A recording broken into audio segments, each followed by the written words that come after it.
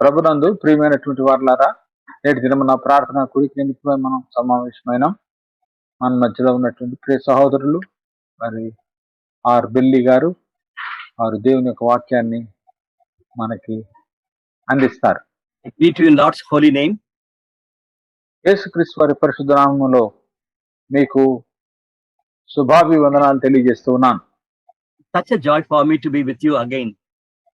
మరలా ఒకసారి మీతో ఉండటం అనేది ఎంతో ఆనందంగా ఉంది నాకు. No, we are not in a position to meet face to face, at least through the virtual platform, we can have this time together. మరి మనము ముఖాముఖిగా కలుసుకోలేకపోయినప్పటికీ ఈ రకంగా ఆన్లైన్ ద్వారా మనం కలుసుకోగలుగుతూ ఉంటున్నాం. Today, I am led to take a passage from the book of Ephesians that is about Paul's prayer to the Ephesian church. మరి ఈ దినమున మరి అపోస్తలుడైన పౌలు చేసినటువంటి ప్రార్థనలో ఒక ప్రార్థన ఎఫెసీ పత్రికలో నుంచి మీతో వాక్యాన్ని పంచుకోవాలని నేను నడిపింపబడ్డాను. Before we read that prayer, I wanted to briefly tell you about Paul's prayers. మరి ఈ దిన పాఠాన్ని మనం ధ్యానం చేయకమునుపు అపోస్తలుడైనటువంటి పౌలు యొక్క ప్రార్థనల గురించినటువంటి క్లుప్తమైనటువంటి వివరణ మీకు చెప్పాలని అనుకుంటున్నాను. Paul was very active, going here and there, very busy in the ministry. Still, he was committed for prayer. అపోస్తలుడైనటువంటి పౌలు యొక్క జీవితాన్ని మనం చూసినట్లయితే ఎంతో పని కలిగినటువంటి వాడిగా ఉంటూ ఒక ప్రదేశం నుంచి ఇంకో ప్రదేశానికి ప్రయాణం చేస్తూ దేవుని పనిని జరిగిస్తూ ఉన్నప్పటికీ ప్రార్థన విషయంలో ఆయన ఎంతో నిబద్ధత కలిగినటువంటి వాడిగా ఉంటూ వచ్చాడు. When you look at book of Romans, 1 Corinthians, Philippians, రోమీయులకు రాసినటువంటి పత్రిక, మొదటి కొరింథీయులకు రాసినటువంటి పత్రిక, ఫిలిప్పీలకు రాసినటువంటి పత్రిక మనం చూసినట్లయితే 1 Thessalonians, 2 Thessalonians and also Philemon, మొదటి తెస్సలోనీయులు, రెండవ తెస్సలోనీయులకు రాసినటువంటి పత్రిక, ఫిలెమోను పత్రిక మనం చూసినట్లయితే everywhere Paul says, he starts with, I thank God for you and I am praying for you. ఆయన అది ఎట్లా ఆరంభమవుతుందంటే మిమ్మల్ని గురించి నేను ప్రభుకి వందనాలు చెల్లిస్తూ ఉంటున్నాను, మీ గురించి ప్రార్థన చేస్తున్నానని చెప్తాడు. So that is his pattern. He is thanking God for the church or this individual. After that, he is specifically praying for them. మనం చూసినట్లయితే ఆయన పాటించినటువంటి ఆ నమూనాని మనం గమనించినట్లయితే ఆ వ్యక్తుల గురించి కావచ్చు, సంఘాల గురించి కావచ్చు, మొట్టమొదటిగా కృతజ్ఞతాస్తుతులు చెల్లిస్తూ ఉంటున్నాడు, దాని తర్వాత ప్రార్థన చేస్తూ ఉన్నాడు. So we have to learn many things about prayer from Paul. కాబట్టి పౌలు యొక్క జీవితంలో నుంచి ప్రార్థనకు సంబంధించినటువంటి అనేకమైనటువంటి విషయాలు మనం నేర్చుకోగలుగుతాం. We all know that Paul wrote these two letters, Ephesians and Colossians, together. మనకు తెలుసు ఎఫెసీయులకు రాసినటువంటి పత్రిక, కొలస్సీయులకు రాసినటువంటి పత్రిక రెండింటిని ఒకటేసారి ఆయన రాసినట్టుగా మనం చూస్తూ ఉన్నాం. How do we say? Because there are many parallel passages, parallel thoughts in these two books. ఎందుకంటే ఈ రెండు పుస్తకాల్లో, పత్రికల్లో మనం చూసినట్లయితే మరి ఒకదానితో ఒకటి పొంతన కలిగినటువంటి విషయాలు అనేకాలు ఉన్నాయి. But in the book of Colossians there is one prayer, but in Ephesians there are two passages talk about Paul's prayers. ఎఫెసీయులకు రాసినటువంటి పత్రికలో మరి రెండు ప్రార్థనకు సంబంధించినటువంటి అంశాలు ఉన్నాయి. కొలస్సీయులకు రాసిన పత్రికలో ఒక ప్రార్థనా అంశాన్ని మనం గమనించగలుగుతాం. Today we are going to concentrate or going to study from one of the prayers which is recorded in the book of Ephesians.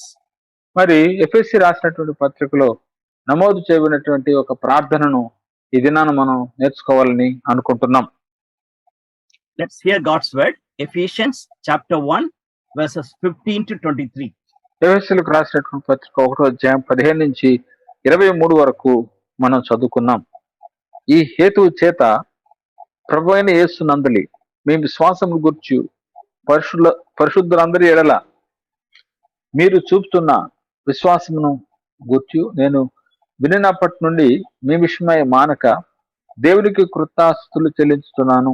మరియు మీ మనోనేత్రములు వెలిగింపబడినందున ఆయన మిమ్మల్ని పిలిచిన పిలుపు వలన నిరీక్షణ ఎట్టిదో, పరిశుద్ధులలో ఆయన స్వాస్థ్యం యొక్క మహిమైశ్వర్యం ఎట్టిదో, ఆయన క్రీస్తునందు వినియోగపరిచిన బలాతిశయమును బట్టి విశ్వసించు మన యందు ఆయన చూపుతున్న తన శక్తి యొక్క అపరిమితమైన మహాత్మ్యటిదో మీరు తెలుసుకునవలనని మన ప్రభు అయిన యేసుక్రీస్తు యొక్క దేవుడు అయిన మహిమా స్వరూపయోగు తండ్రి తన్ను తెలుసుకుంటే యందు మీకు జ్ఞానమును ప్రత్యక్షతయును గల మనస్సు అనుగ్రహించినట్లు నేను నా ప్రార్థనలు యందు మిమ్మల్ని గురించి విజ్ఞాపన చేయుచున్నాను.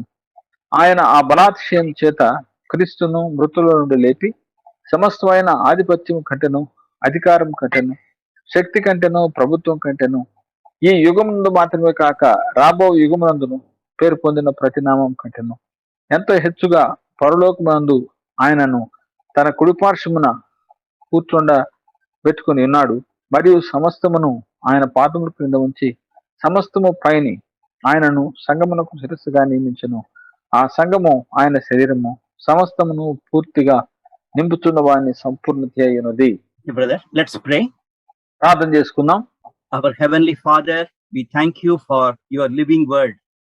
మా పరలోకపు తండ్రి, మీ సజీవమైనటువంటి వాక్యమును బట్టి మీకు వందనాలు చెల్లిస్తూ ఉన్నాం. Thank you for speaking to us through your word. ప్రభువా, మీ యొక్క వాక్యం ద్వారా మాతో మాట్లాడుతున్నటువంటి విధానములకే మీకు వందనాలు చెల్లిస్తూ ఉన్నాం. Even today, as we are going to meditate on Paul's prayer to the church at Ephesus, Lord, we pray that you minister to us.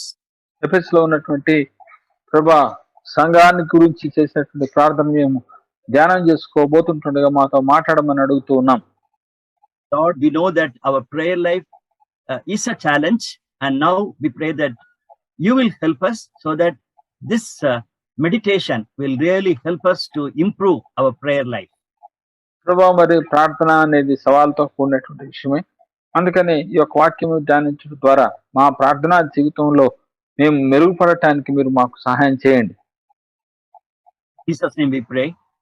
యేసుక్రీస్తు వారి నామములో ప్రార్థిస్తున్నాం మా తండ్రి. Amen. Amen. When we look at this passage, we know that the previous passage is something like an introduction. Greetings. After that, verses 3 to 14 is a clear-cut introduction of God's blessing to the church.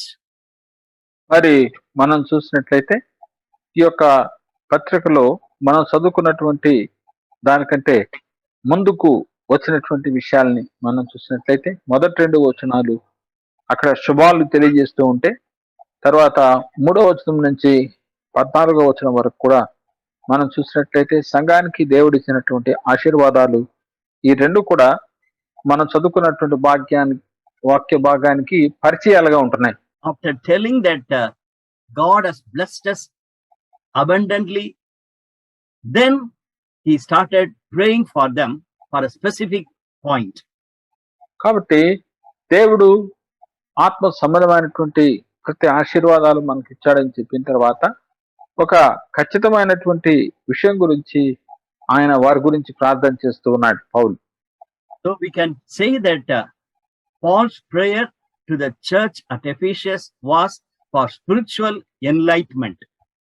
కాబట్టి ఎఫెసీయుల కొరకు పౌలు చేసినటువంటి ప్రార్థన ఏంటి అని అంటే, ఆత్మీయమైనటువంటి ఆ యొక్క వెలిగింపబడే పరిస్థితి వారికి కావాలని పౌలు కోరాడు. How much we also need such spiritual enlightenment. మనకు కూడా ఆత్మీయమైనటువంటి ఆ యొక్క వెలుగు ఎంత అవసరమో, As members of the church, as families, as individuals, we need spiritual enlightenment.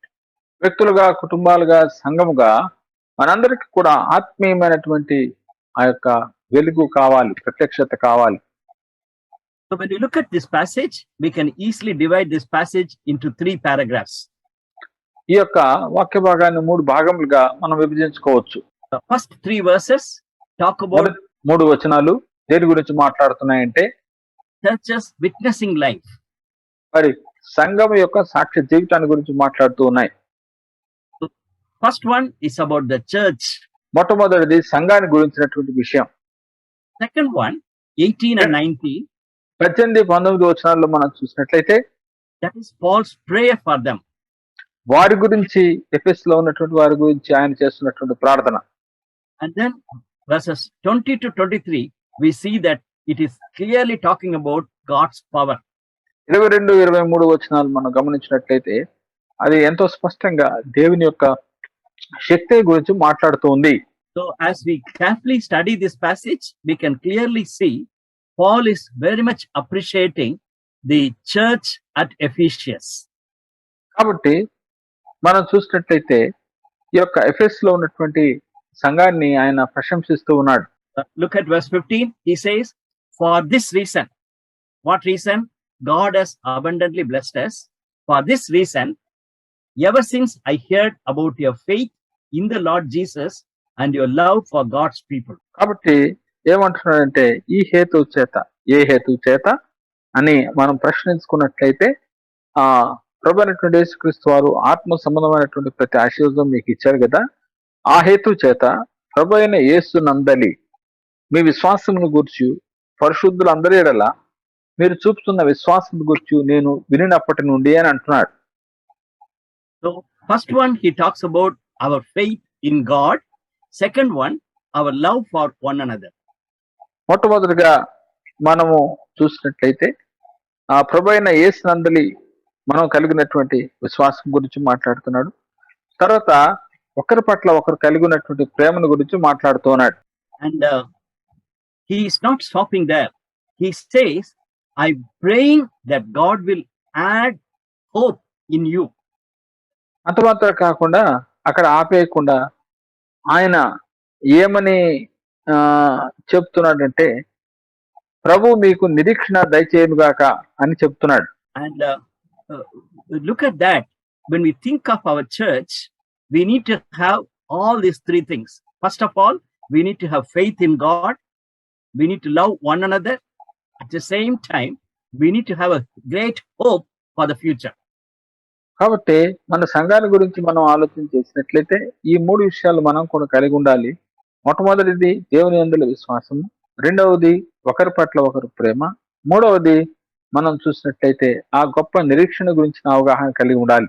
Days we confidently say that we have faith in God, but what about our love for one another? దేవుని యందు విశ్వాసం ఉందని అయితే నిశ్చయంగా చెప్పగలం, కానీ మన యొక్క ఒకరి పట్ల ఒకరు మనం కలిగినటువంటి ప్రేమ సంగతి ఏంటి?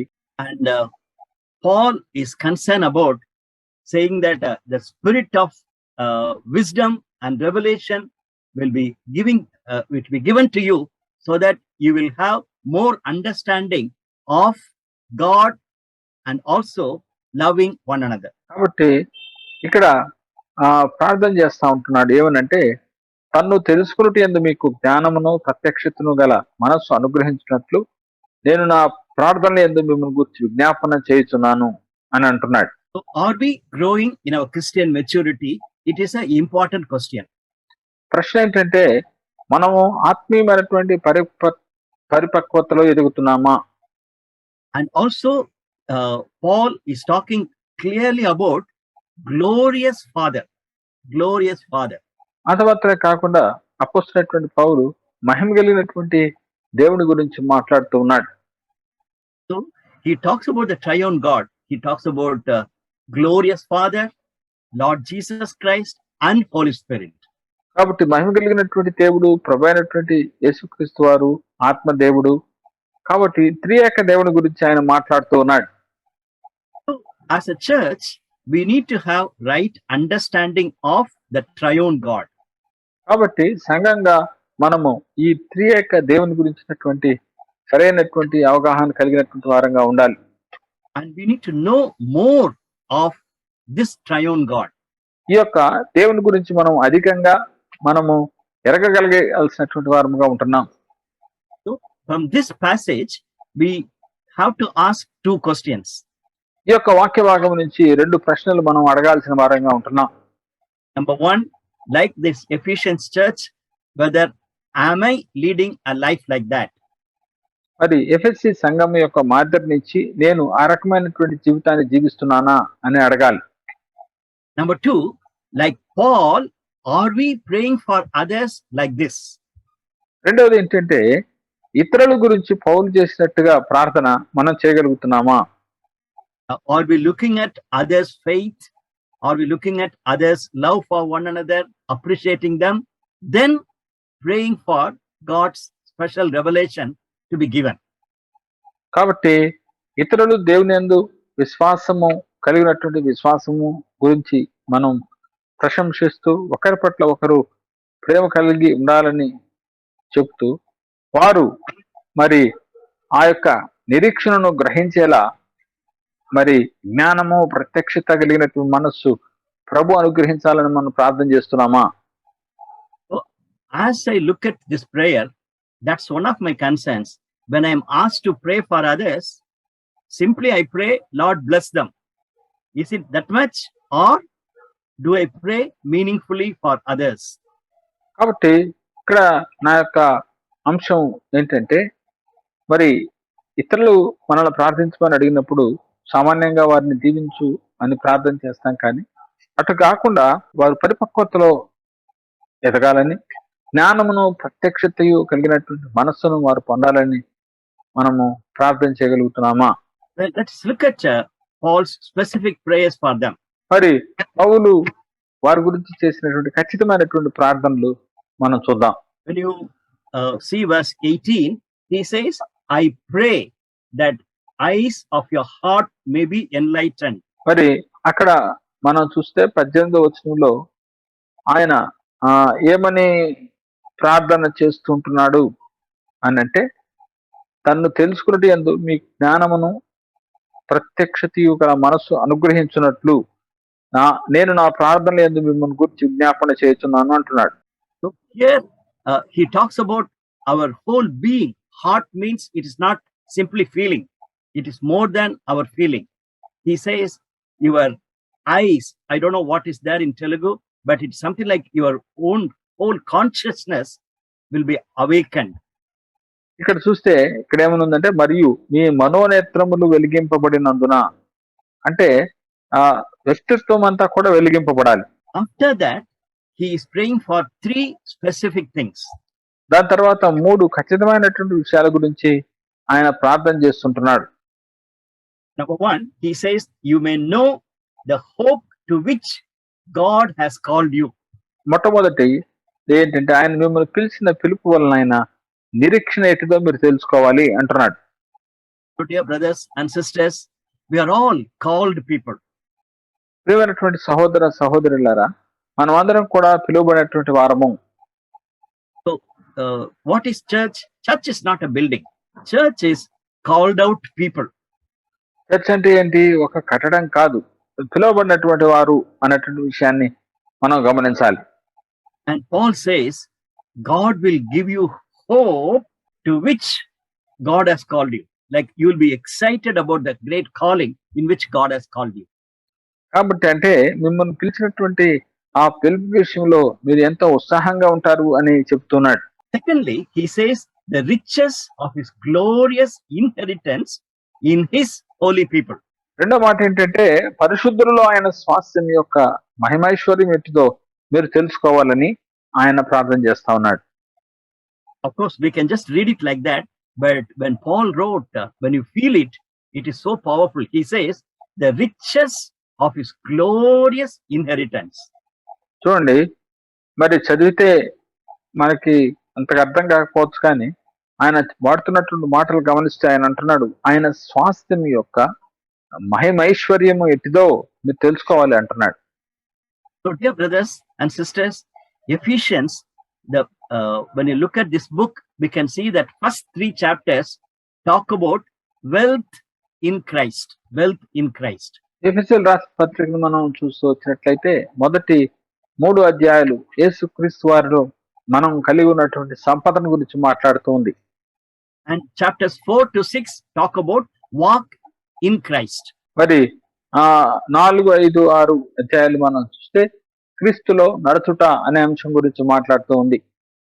So in first 3 chapters, Paul is using this word richness, wealth, everything, not in physical terms, in terms of spiritual things.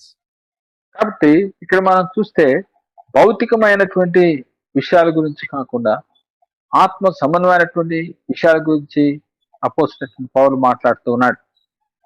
But in these days, many Christians, even in many churches, people are interested in wealth in this world. Physical wealth only they want to have. మనం గమనించినట్లయితే నేటి దినాల్లో అందరూ కూడా భౌతికమైనటువంటి ఆస్తిపాస్తులు ఐశ్వర్యాన్ని కలిగి ఉండాలని కోరుతున్నారు. Look at this word, inheritance. ఈ మాటను గమనించండి, స్వాస్థ్యము అన్నటువంటి మాటను గమనించండి. He says it's a glorious inheritance. అది మహిమ ఐశ్వర్యము అని చెప్తూ ఉన్నాడు. So that means in the age to come, we are going to be with the Lord eternally, and God has kept such a great wealth for us. We as his children are going to enjoy that glorious inheritance. మరి ఇక్కడ మనం ఏమని జ్ఞాపకం చేయబడుతున్నాం అంటే, మరి రానున్నటువంటి దినాల్లో ఈ యొక్క మహిమైశ్వర్యాన్ని స్వాస్థ్యాన్ని మన కొరకై ఆయన ఉంచాడని చెప్తూ ఉంటున్నాడు. So, my brothers and sisters, we should not be thinking of worldly blessings. We need to clearly think of the heavenly blessings or the eternal blessings. కాబట్టి పిల్లరా, ఈ భూ సంబంధమైనటువంటి ఆశీర్వాదాల మీదనే మనం మనసు ఉంచకూడదు, కానీ ఆ యొక్క పరలోక సంబంధమైనటువంటి ఆశీర్వాదాల మీద మనము మనసు ఉంచాల్సిన వారిగా ఉంటున్నాం. Easy to preach like this. ఇట్లా చెప్పడం సులభమే, కానీ బోధించడం. But when we come to the life, when we compare with other relatives, when we compare with other people, we have problem. అయితే మనము మన జీవితాలని ఇతరులతో పోల్చుకొని చూసుకున్నప్పుడు సమస్య అవుతుంది. And some of our relatives, some of our people will say that you are all foolish people. You are thinking of God, God, God, and you are not at all working towards money. మరి మన బంధువులు మనం అనొచ్చు, ఎప్పుడు చూసినా దేవుడు దేవుడు అంటావు, నీకు నీవు సంపాదించుకునేది లేదా అని అంటూ ఉంటారు. My dear brothers and sisters, I tell you, you don't need to worry about what the worldly people are saying. Only think of the heavenly rich inheritance we are going to take it from the Lord. కాబట్టి పిల్లరా, మనం వాళ్ళు వీళ్ళు ఏమంటున్నారా అనే విషయాలు మర్చిపోయి మన కొరకే ప్రభు ఏర్పాటు చేసినటువంటి ఆ మహిమ ఐశ్వర్యాన్ని మీద మనం ధ్యాస ఉంచాల్సినటువంటి వారముగా ఉంటున్నాం. And look at the third prayer. మూడవ ప్రార్థనను గమనించండి. And his incomparable great power for us who believe. కాబట్టి మరి ఆయన యందు ఎవరైతే విశ్వాసం ఉంచుతారో వారి పట్ల ఆయన కనపరచబోయే ఆ అపరిమితమైనటువంటి శక్తి ఎట్టితో మనం తెలుసుకోవాలని కోరుతున్నాడు. Talking about power. కాబట్టి ఆ శక్తిని గురించి మాట్లాడుతున్నాడు. But he is using other words saying that incomparably great power. అక్కడ ఏమంటున్నాడంటే కొన్ని పదాలు వాడుతున్నాడు, గమనించాలి. తన శక్తి యొక్క ఎట్లాంటి శక్తి? అపరిమితమైనటువంటి శక్తి. అంత మాత్రమే కాదు, దాని యొక్క మహాత్యాన్ని గురించి మాట్లాడుతున్నాడు. So today we have to ask, do I have such incomparable great power in me and in us? ఈరోజు మనం అడగాల్సినటువంటి ప్రశ్న ఏంటంటే, మరి ఆ అపరిమితమైనటువంటి శక్తి యొక్క మహాత్యాన్ని నా జీవితాల్లో నేను కలిగి ఉన్నానా, గుర్తిస్తున్నానా, గుర్తిరిగానా? These days, people want to have power so that they can rule others. మరి ప్రజలకి ఈ యొక్క అధికారం కావాలి, ఎందుకంటే ఇతరులను పరిపాలించడానికి. And Christians, they want to have power so that they can do miracles. క్రైస్తవులకు కూడా ఆ శక్తి కావాలి, ఎందుకంటే అద్భుతాలు చేసేదానికి. But God wants to give you and me that incomparable great power so that we can live a holy life. అయితే దేవుడు మనకు అపరిమితమైనటువంటి మరి ఆ శక్తి మనకి ఇవ్వాలని కోరుతా ఉన్నాడు, ఎందుకంటే పరిశుద్ధమైనటువంటి జీవితాన్ని జీవించడానికి. God wants to give us such a great power so that we can forgive people. అటువంటి శక్తి మనకి ఎందుకు అవసరం అంటే ఇతరులను క్షమించడానికి. And God has wanted to give us such a power so that we will be patient enough with others. ఎందుకు ఇటువంటి శక్తి మనకు అవసరం అంటే ఇతరులను మనం సహించడానికి మన జీవితాల్లో. So, my dear brothers and sisters, don't think of power to do many things. Rather, we need power inside us so that we can lead a life which is pleasing to the Lord. కాబట్టి ఈ యొక్క శక్తి గురించి అపరిమితమైనటువంటి ఆ శక్తి యొక్క మహత్యం ఏంటో మీరు తెలుసుకోవాలి అని అంటే ఏదో అధికారానికి సంబంధించినటువంటి విషయం కాదు అది. మన యొక్క వ్యక్తిగత జీవితాల్లో పవిత్రమైనటువంటి జీవితాన్ని జీవించేదానికి కావలసినటువంటి ఆ బలిష్టమైనటువంటి శక్తికి సంబంధించిన విషయం ఇది. Do we have power to forgive others? ఇతరులను క్షమించే దానికి శక్తి కావాలి. Do we have power to overcome the temptations? శోధనలను జయించడానికి శక్తి కావాలి. Do we have power to be very patient when people are attacking you? ప్రజలు మన మీద దాడి చేస్తున్నప్పుడు ఓర్పు సహనం కావాలి. We need. ఇవన్నీ మనకు కావాలి. I think of whenever I'm talking about power for forgiving, I'm normally think of Mrs. Gladys Steins. మరి ఈ యొక్క క్షమాపణ గురించి క్షమించేదానికి శక్తి గురించి నేను ఆలోచన చేసినప్పుడు గ్లాడిస్ స్టెయిన్స్ అనే సహోదరు నాకు జ్ఞాపకం వస్తుంది. Look at that, when her husband and two little boys, 11-year-old and 9-year-old boy, were burnt alive. మరి తన భర్త గ్రహం స్టెయిన్స్ తర్వాత తిమోతి ఫిలిప్ ఇద్దరు 11 సంవత్సరాలు 9 సంవత్సరాలు కలిగినటువంటి చిన్నపిల్లలు దహించబడినప్పుడు కాల్చివేయబడినప్పుడు Later she said, I will forgive wholeheartedly those who have burned my husband and two little boys. ఆమె చెప్పింది ఏమనంటే హృదయపూర్తిగా నా భర్తను నా పిల్లలను కాల్చినటువంటి వారికి నేను క్షమిస్తున్నాను అని చెప్పింది. I don't know, brothers, for me it's a very big thing, and definitely she needs such a power to forgive those people. కాబట్టి పిల్లరా చెప్పాలంటే నాకు తెలియదు, అది నా అనుభవంలో లేదు. అయితే అటువంటి వ్యక్తులను కూడా క్షమించాలంటే ఎంత శక్తి కావాలో. So may the Lord help us to consider these three words. కాబట్టి పిల్లరా ఈ 3 మాటలని మనం గమనిద్దాం.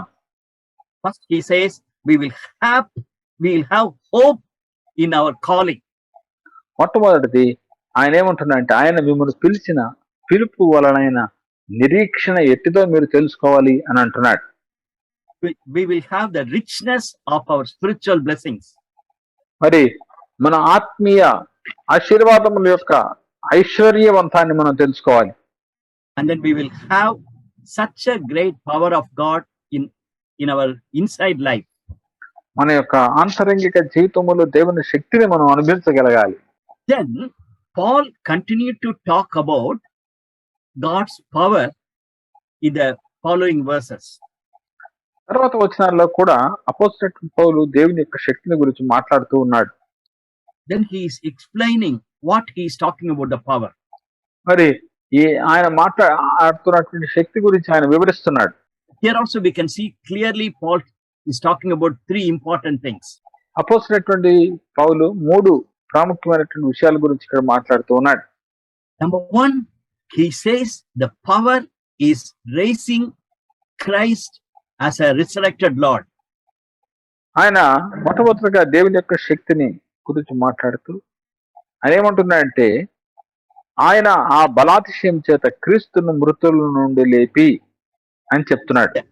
That's right. He says very clearly, he raised Christ from the dead and seated him at the right hand in the heavenly realms.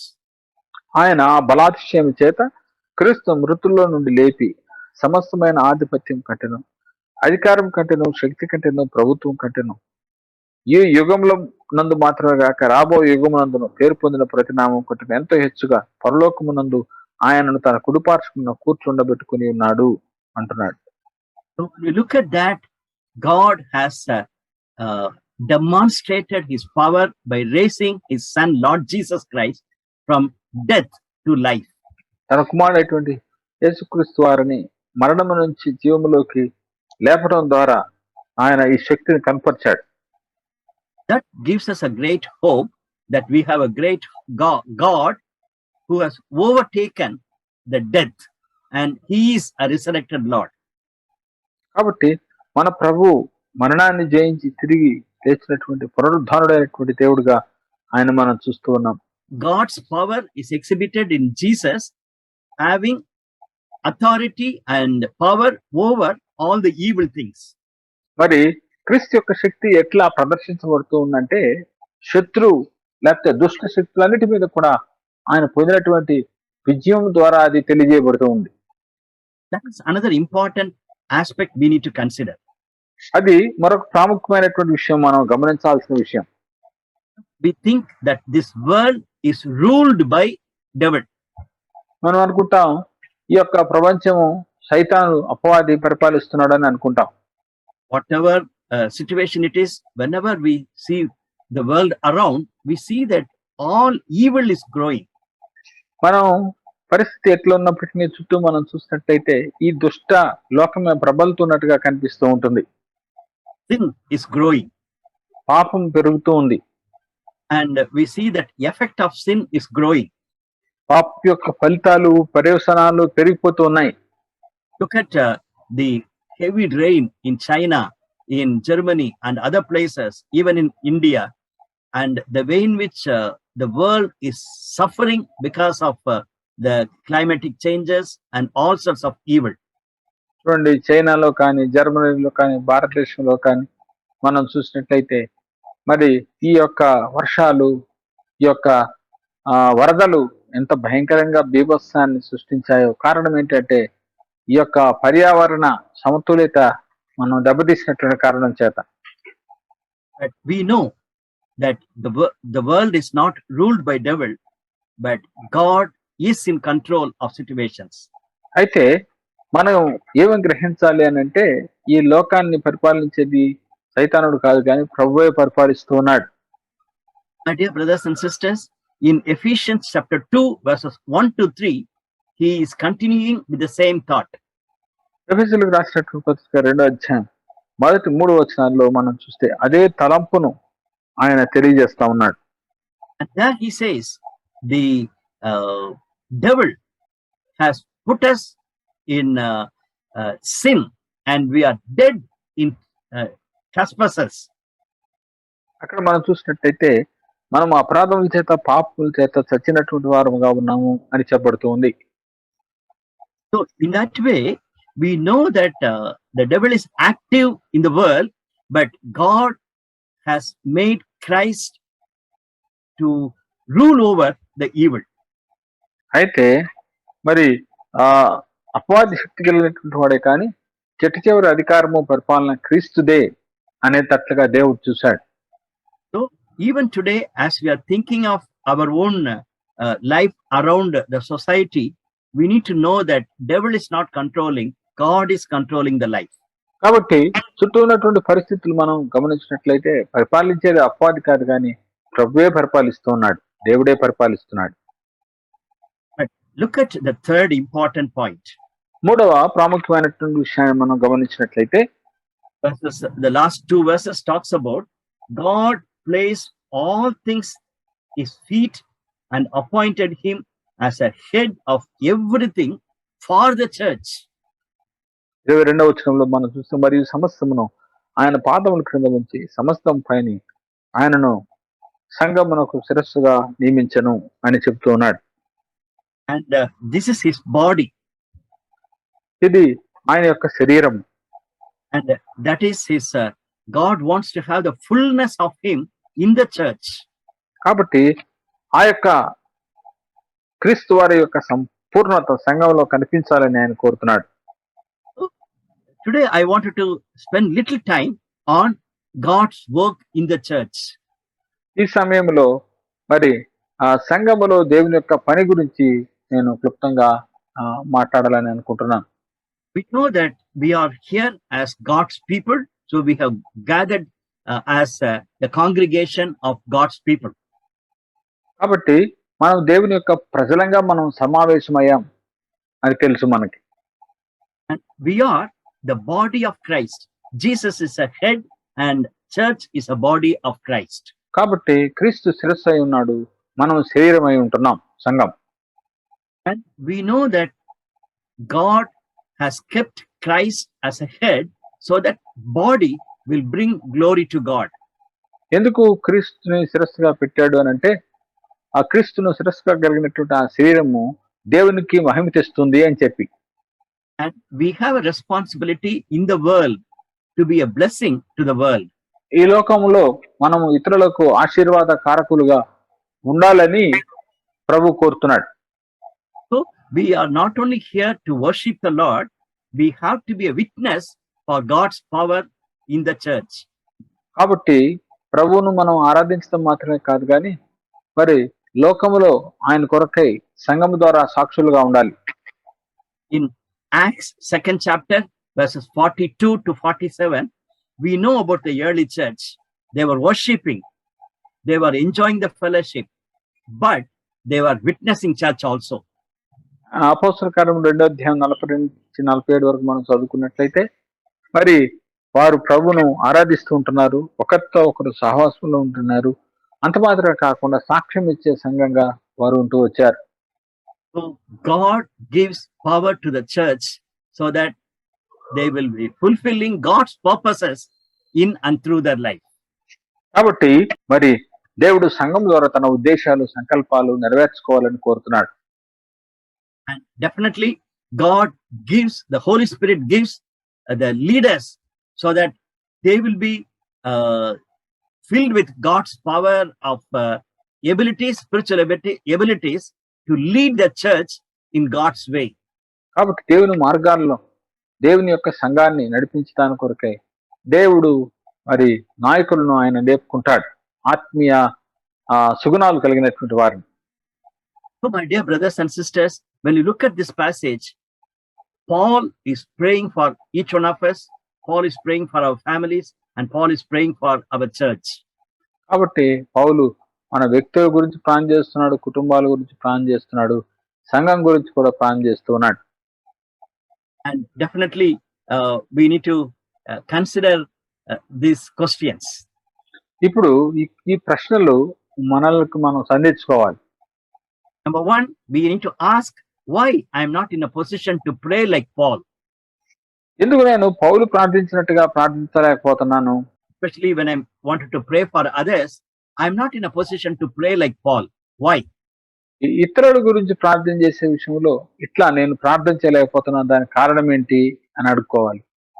Because maybe I am thinking of myself more and I am not thinking of others. వాళ్ళు నా గురించే నేను ఎక్కువగా ఆలోచన చేస్తున్నానేమో, ఇతరుల గురించి ఆలోచన చేయట్లేదేమో. And also I'm thinking of worldly things and I'm not thinking of spiritual blessings.